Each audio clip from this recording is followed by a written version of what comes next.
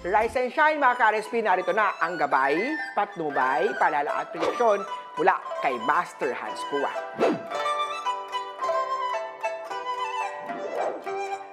Malakas kang kumita pero malakas din ang gastos. Kaya huwag magtaka kung bakit nawawalan ng budget sa mga kailangan mo. Gray at 4 ang swerte kay Year of the Rat.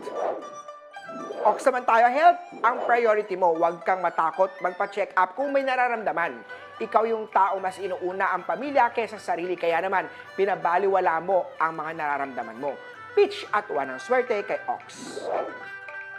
Don't put off for tomorrow sa mga bagay na dapat mong gawin ngayon. Kumilos agad at baka pagsisihan ito sa huli. Kung kayang gawin ngayon, huwag mo na ipabukas yan.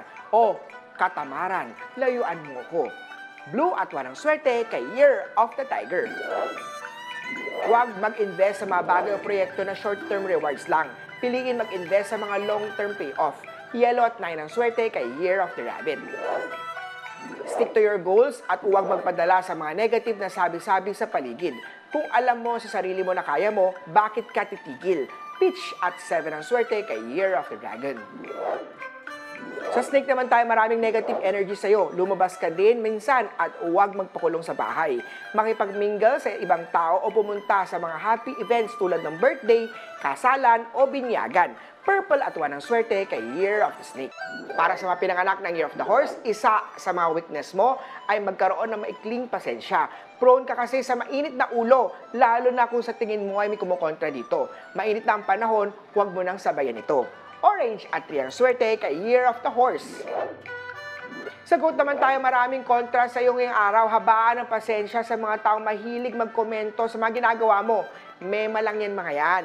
Stay focused para hindi masayang effort mo. Yellow at 5 ang swerte kay Year of the Goat.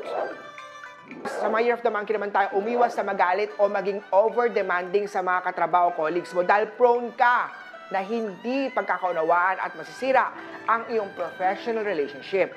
Black at 9 ang swerte kay Year of the Monkey. Rooster naman tayo, kailangan mong makipag-cooperate. Baguhin ang mindset na ikaw lang ang magaling. You may be good at what you're doing but never ever think that you're better than everyone else. Be humble and good things will come. Red at 1 ang swerte kay Year of the Rooster. Kay Dog naman tayo, itabi na muna ang ego at maging open sa mga advice ng ibang tao. Kung gusto mong pakinggan ka, matuto ka munang makinig sa ibang tao. Purple at 2 ang swerte kay Year of the Doggy.